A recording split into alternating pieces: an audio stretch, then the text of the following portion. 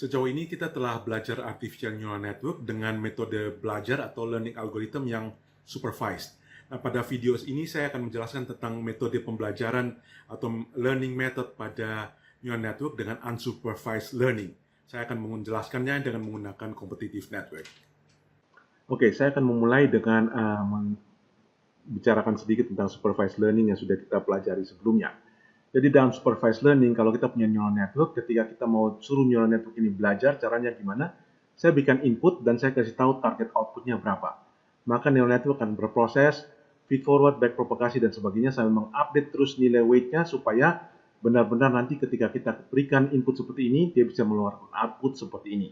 Itu namanya proses belajar yang supervised karena kita beri input dan kita beri contoh output.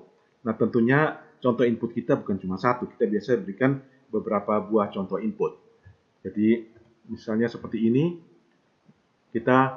saya berikan 5 contoh input. Saya ingin agar kalau nanti inputnya seperti ini, maka saya ingin outputnya adalah 1, 0. Ini network saya punya 3 input. Kalau inputnya seperti ini, maka outputnya 1, 0, dan seterusnya. Yang ini jadi 0, 1, yang ini jadi 1, 0, dan kalau saya berikan input yang seperti ini, 0, 1. Jadi saya punya pola 5 training input, saya sudah kasih tahu targetnya harusnya begini, maka neural network saya akan melakukan proses belajar, dan ini disebut supervised learning. Bagaimana dengan unsupervised learning? Dalam unsupervised learning bedanya adalah kita suruh networknya belajar tanpa kita beritahu target outputnya apa. Jadi saya cukup berikan input saja, dan setelah memberikan input saya tidak kasih tahu itu apa dan bagaimana dan sebagainya. Silakan networknya belajar untuk mempelajari data ini. Nah, tentunya Anda merasa ini aneh ya, rasanya agak susah. Mana mungkin unsupervised learning bisa belajar. Saya akan berikan contoh seperti ini. Ini misalnya saya memberikan 10 contoh pola input tanpa ada target output. Jadi saya tidak bilang ini apa dan bagaimana harus dipelajari, bagaimana. Silakan dipelajari. Nah, sekarang coba kita memposisikan diri sebagai neural network untuk kita pelajari. Coba kita lihat satu persatu data ini. Setelah kita lihat beberapa saat, saya rasa Anda akhirnya bisa punya kesimpulan. Saya bisa mengklaster data ini ada 2 kelompok ya. Ini kelompok yang pertama, ini minus semua ya. Kalau inputnya minus semua, nah ini, ya, saya punya data-data ini polanya sama, semua input minus.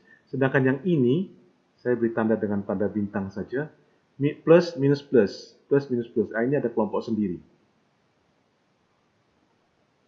Maka saya sudah bisa belajar. Tanpa dikasih target, saya sudah bisa belajar bahwa di sini ada 2 klaster. Ada 2 kelompok, maka kelompok itu saya sudah bisa kenali. Setelah saya belajar 2 klaster itu, maka kalau orang berikan input lain, katakan ada orang berikan input minus 1, minus 1, minus 1, saya sudah tahu, oh itu masuk klaster yang sama dengan kawan-kawan yang ini, yang seperti tanda cawang ini. Kalau misalnya ada yang berikan input, katakanlah 0,5, minus 0,2, kemudian 0,9, saya langsung tahu, oh itu mirip seperti klasternya yang tanda bintang.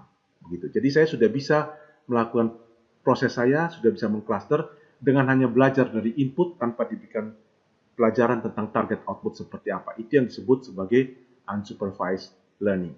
Nah, saya ingin mencontohkan proses ini dalam kehidupan sehari-hari. Misalnya, ketika saya mulai dengan unsupervised learning, di sini saya berikan 2 gambar Jimmy Carter, saya ambil dari Google ini ya, dan 2 gambar dari Ronald Reagan. Jadi saya berikan input, Anda jadi neural network ya. Saya berikan input, foto 4, dan saya berikan target. Kalau ini targetnya Jimmy Carter, ini target Jimmy Carter, ini targetnya Ronald Reagan, ini targetnya Ronald Reagan.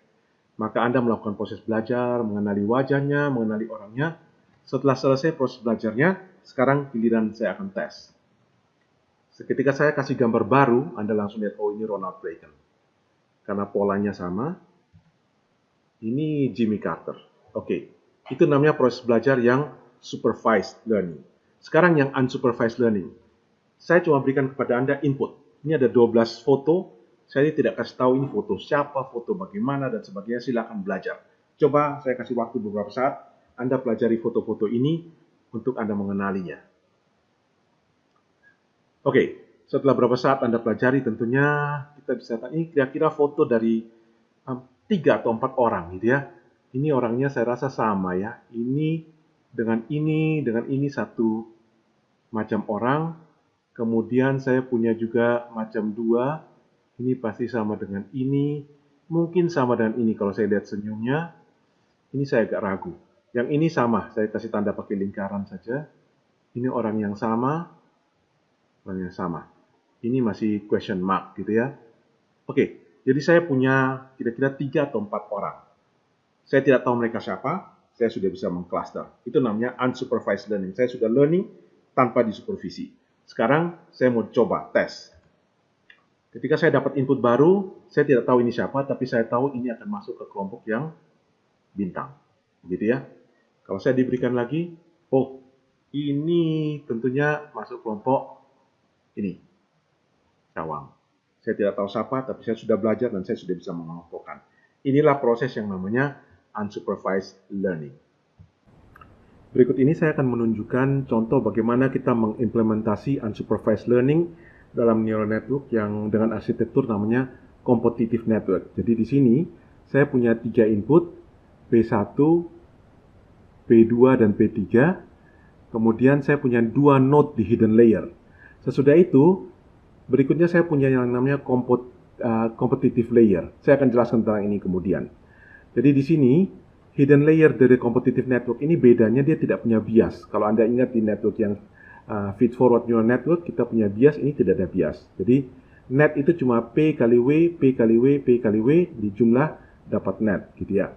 Kemudian sesudah itu, output ini lewat fungsi aktivasi. Nah, fungsi aktivasinya ini adalah fungsi Y sama dengan X. Jadi, fungsinya seperti ini. Ini net, yang ini adalah A. Nah, misalnya net sama dengan 3, maka karena fungsinya sama persis, A juga sama dengan 3. Atau dengan kata lain, A itu selalu sama dengan net. Jadi, A1 sama dengan net 1, A2 sama dengan net 2. Begitu ya. Jadi, ini fungsi yang terjadi. Maka saya bisa katakan bahwa A1 adalah jumlah dari P kali W, P kali W, kali P kali W yang warna biru. A2 adalah jumlah P kali W yang warna merah. Itu yang hidden layer. Sekarang competitive layer bagaimana? Competitive layer ini akan membandingkan antara A1 dan A2. Antara semua A yang ada di sini, ini misalnya 2. Kalau ada banyak, dia akan bandingkan semua. Yang paling besar akan jadi pemenang. Nah, yang menjadi pemenang, maka misalnya kalau A1 yang pemenang, maka Q1 akan sama dengan A1, sedangkan Q yang lain semua yang kalah akan jadi 0. Sebaliknya, misalnya kalau A2 yang menang, maka Q2 sama dengan A2, jadi tetap Q yang lain sama dengan 0. Itulah prinsip daripada competitive network. Jadi dia mengkompetisikan semua A, pemenang nilainya tetap, yang kalah semua nilainya jadi 0.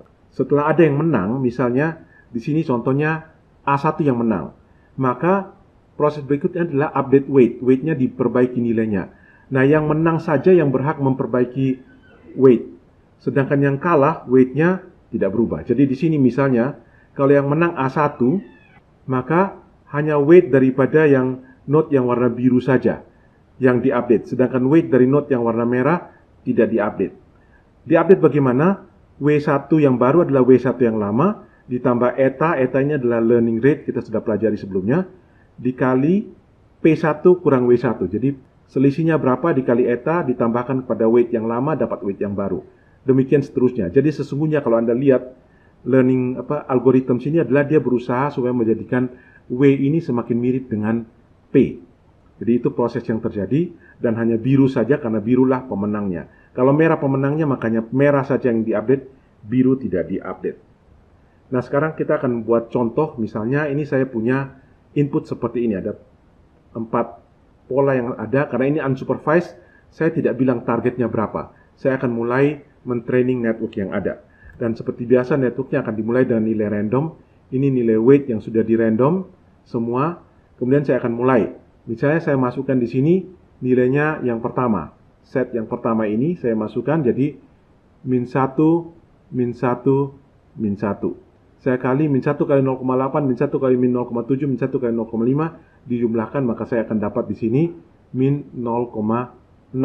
Sedangkan kalau yang berikutnya min 1 dikali min 0,8, min 1 kali min 0,2, min 1 kali min 1, kalau dijumlahkan semua maka A2 saya akan dapat nilai 2. Ini proses hidden layer sudah selesai. Proses selanjutnya adalah proses untuk kompetitif. Karena saya lihat ini 2, ini min 0,6, maka pemenangnya adalah A2 yang menang. Maka di sini outputnya akan jadi 2, sedangkan yang satunya, yang A1 outputnya Q1 akan jadi 0 karena dia kalah.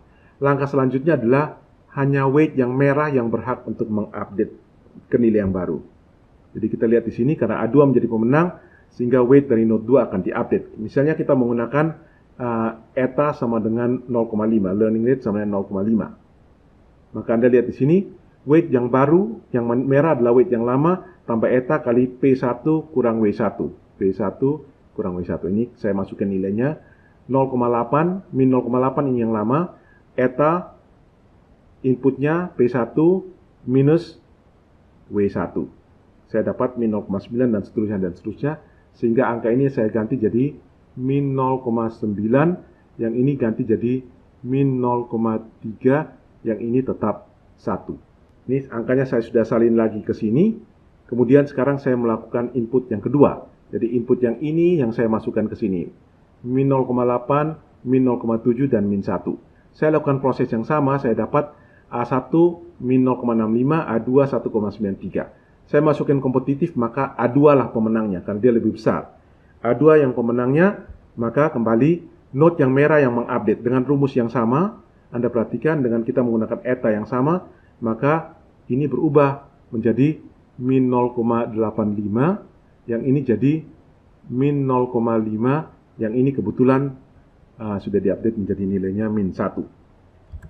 Nah, sekarang nilai-nilai itu saya sudah pindahkan ke sini. Sekarang saya lakukan lagi untuk input yang ketiga. Jadi input yang ketiga 0,3, min 0,1, dan 0,7. Saya lakukan perhitungan yang sama. Dan kali ini pemenangnya adalah A1 yang warna biru. Maka yang berhak untuk update adalah node dari yang warna biru. Sini W1 sama dengan W1 tambah rumusnya sama persis, tapi ini dari node yang warna biru. Saya masukin angkanya, maka saya dapat ini berubah jadi 0,55, yang bawahnya jadi min 0,4, kemudian jadi 0,6. Kemudian saya lanjutkan lagi dengan input yang berikutnya. Input yang ini saya masukkan di sini 0,5, min 0,3, 0,5. Saya masukkan, saya hitung, saya dapat A1 dan A2 seperti nilai ini. Kali ini pemenangnya adalah A1. Maka sekali lagi weight yang warna biru yang diupdate. Anda lihat proses update-nya sama, sehingga ini menjadi 0,525, ini jadi min 0,35, dan ini menjadi 0,55. Node yang merah tidak berubah karena dia bukan pemenangnya. Sekarang prosesnya akan saya ulang lagi, saya kembali lagi, masukkan lagi ke yang pertama, yang satu input lagi, dan saya akan melakukan proses ini terus. Setelah saya melakukan proses ini, jadi saya kembali ke yang pertama, yang kedua, yang ketiga, yang keempat, saya ulang terus proses ini terus. Satu saat maka nilai weight ini akan mencapai nilai yang stabil dan tidak berubah lagi. Itulah nilai optimal dari hasil pembelajaran ini. Nah, nilai tersebut saya sudah catatkan di sini. Ini nilainya. Jadi 0,4, min 0,2, 0,6, 0,9, min 0,9, min 0,85, dan min 1. Inilah nilai yang paling optimum. Setelah nilai optimum ini, maka sekarang kalau kita input seperti ini, maka node yang merah yang akan pemenang. Input seperti ini, node merah yang akan pemenang. Input seperti ini, node biru yang pemenang, node biru yang pemenang. Maka network ini sudah belajar untuk mengcluster input-input ini, sehingga dia sudah bisa membedakan input ini tanpa perlu kita memberitahu tentang target output. Jadi unsupervised learning. Oke, tadi itu secara angka. Mungkin Anda berpikir sesungguhnya proses belajar itu terjadi seperti apa gitu ya. Agak sedikit susah dibayangkan. Maka saya coba menggambar dari kondisi belajar yang tadi. Cuma karena saya cuma menggunakan dua sumbu. Ini sumbu P1, W1. Jadi W1 atau P1, ini sumbu W2. Sehingga untuk input ketiga atau weight yang ketiga saya tidak gambar. Kalau saya gambar akan jadi 3 dimensi. Agak susah bagi kita untuk melihat. Jadi saya gambar dalam kondisi 2 dimensi saja. Semoga ini sudah bisa menggambarkan posisi yang penjelasan dari proses belajar yang sesungguhnya secara visual. Jadi ini input yang pertama, min 1, min 1. P1, min 1, P2, min 1. Saya gambar ini titiknya di sini. Kemudian yang berikutnya min 0,8, min 0,7.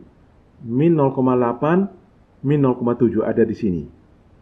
Yang ketiga 0,3 min 0,1. 0,3 0,1 ada di sini. Dan yang keempat 0,5 min 0,3. 0,5 di sini min 0,3 kita ada di sebelah sini. Inilah 4 buah input yang saya pakai untuk training. Nah, kalau Anda lihat angka-angka ini agak susah kelihatan, tapi kalau kita lihat secara visual kita tahu, oh, memang terpisah ada 2 klaster. Ini klaster yang pertama, ini yang klaster kedua. Sehingga proses learning itu adalah proses bagaimana 2 node ini mengenali klaster-klaster ini. Salah satu node akan menandai klaster yang ini, salah satu node akan menandai klaster yang ini. Nah, waktu pertama kali saya random, ini pertama kali posisi random, node yang biru itu ada di posisi 0,8 dan min 0,7. Jadi 0,8 ada di sini, min 0,7 di sini. Jadi node yang biru pada saat random ada di posisi sini. Sedangkan node yang merah, min 0,8, min 0,2. Min 0,8, min 0,2 dia ada di posisi ini pada saat random. Ini pertama kali networknya dibuat. Maka, waktu kita proses belajar, apa yang terjadi? Ketika kita proses belajar, maka node yang merah ini akan berjalan ke titik di tengah-tengah kumpulan klaster ini. Sedangkan node yang biru, dia akan berjalan ke titik yang ada di sini. Itulah proses belajar. Dia akan ke titik di mana bisa merepresentasikan kelompok yang di sini. Jadi proses belajar seperti itu. Nah, sekarang kita coba lihat satu persatu prosesnya. Saya hapus dulu. Oke, ini yang pertama. Setelah saya training sekali, lihat yang merah berubah jadi min 0,9, min 0,3. Jadi min 0,9, min 0,3. Dia bergeser ke sini. Saya training berikutnya, min 0,85 dan min 0,5. Min 0,85, min 0,5. Dia bergeser ke arah sini. Oke. Set training berikutnya, yang berubah adalah yang warna biru. Yang warna biru tadinya dari titik ini akan berubah jadi 0,55 dan min 0,4. 0,55 min 0,4. Dia akan bergeser ke titik ini. Kemudian saya training lagi, pemenangnya adalah biru, 0,525 dan min 0,35. Kira-kira ada di sini. Jadi dia bergeser lagi ke sini. Dan seterusnya. Jadi prosesnya akan terus berlangsung sampai akhirnya dia akan mencapai titik optimal. Anda lihat, ini titik optimalnya. Biru ada di 0,4 min 0,2. 0,4 min 0,2. Ini titik paling optimum dari biru. Kemudian titik paling optimum dari merah ada di mana? Kalau kita lihat ada di min 0,9 min 0,85. Min 0,9 0,85 ada di sini. Jadi ini titik optimal yang biru, merah. Jadi merah bergerak putar-putar ke sana dan biru bergerak putar-putar ke sini. Demikianlah proses belajar kita bisa kenali secara visual. Nah, kalau saja misalnya kita punya banyak pola P, input ada banyak titik, maka Anda bisa lihat misalnya merah itu start dari sini, sedangkan biru dikatakanlah dia start dari sini, maka proses belajarnya biru akan bergerak entah lewat jalur mana, pergi ke tempat yang paling optimal. Dengan demikian juga merah dari titik random pertama dia akan bergerak menuju ke titik yang optimal. Setelah dia sampai titik optimal, maka merah ini akan merepresentasikan grup yang ini, biru akan merepresentasikan grup yang ini. Tadi kita cuma punya 2 kelompok. Sekarang kita punya kelompok data yang lebih banyak. Katakanlah setelah kita gambar, kita kelihatan bahwa ada 4 buah cluster. 4 buah cluster dan saya pakai 4 buah node juga. Saya pakai 4 buah node, jadi ada 1, 2, 3, 4. Maka katakanlah node pertama start dari titik ini, node kedua start dari titik ini, node ketiga start dari titik ini, node keempat start dari titik ini. Maka proses belajar akan membuat sehingga setiap node akan bergerak mendekati ke kelompok-kelompok cluster yang terjadi. Sehingga akhirnya setelah selesai training, maka setiap node mewakili satu kelompok cluster. Itulah cara belajar dari unsupervised learning. Jadi intinya dia tidak tahu itu apa, tapi yang terjadi dia melihat kelompok-kelompok berkumpul di mana dan tiap node akan bergerak untuk mewakili setiap cluster yang ada. Nah, tentunya unsupervised learning ini mempunyai beberapa kelemahan. Saya ambil contoh di sini. Di sini kan ada 4 cluster ya, 4 kelompok. 4 kelompok seperti kita lihat ini. Sedangkan waktu start, randomnya node yang pertama ada di situ, node yang kedua ada di sini, node yang ketiga, node yang keempat. Ada kasus di mana ada 2 node yang start dari titik yang berdekatan. Maka yang terjadi adalah node yang ini akan bergerak ke cluster yang ini. Jadi node yang ini akan bergerak ke cluster yang ini, sedangkan node yang ini tidak pernah bergerak. Artinya node ini akan menjadi dead node, dia tidak pernah menjadi pemenang. Setiap training dia selalu kalah sehingga dia jadi node yang mati saja. Node yang ini seperti normalnya dia akan bergerak ke sana. Nah, di sini walaupun ada dua cluster yang tertinggal cuma satu node. Sehingga akhirnya dia menganggap bahwa dua cluster ini satu kelompok. Dan ini kelemahannya unsupervised learning. Kalau ada dua cluster yang cukup berdekatan, maka dia akan mengasumsi ini satu kelompok sehingga dia akan lari ke tengah sini. Selanjutnya, akhirnya kita akan melihat ini seolah-olah satu kelompok dan kita gagal mengklasifikasi ini menjadi dua. Yang di sini masalahnya adalah kita akhirnya ketemu ada node yang dead node, jadi node yang tidak berfungsi. Ini adalah beberapa kelemahan daripada unsupervised learning. Tentunya Anda lihat sini, kalau kita ingin mengklasifikasikan data-data ini menjadi 4 cluster, maka kita sebaiknya start dengan 4 node. Kalau saya ingin mengcluster jadi 3 cluster saja, saya start dengan 3 node, maka dia akan memaksakan diri untuk mengelompokkan menjadi 3 node. Oke, tadi saya sudah jelaskan tentang proses belajar di layer hidden layer. Sekarang apa yang terjadi di competitive network? Competitive network, seperti saya katakan, dia akan membandingkan A1 dan A2, mana yang menang, outputnya akan lewat, yang kalah outputnya akan 0. Nah, prosesnya itu bagaimana terjadinya? Caranya adalah begini. Competitive layer itu punya fungsi seperti ini. Jadi ini A, ini key. Jika A lebih besar 0, katakanlah A-nya misalnya 3, maka key akan sama dengan A. Jika A lebih kecil 0, maka key sama dengan 0. Jadi dalam kasus ini lebih besar 0, maka key akan jadi 1,93.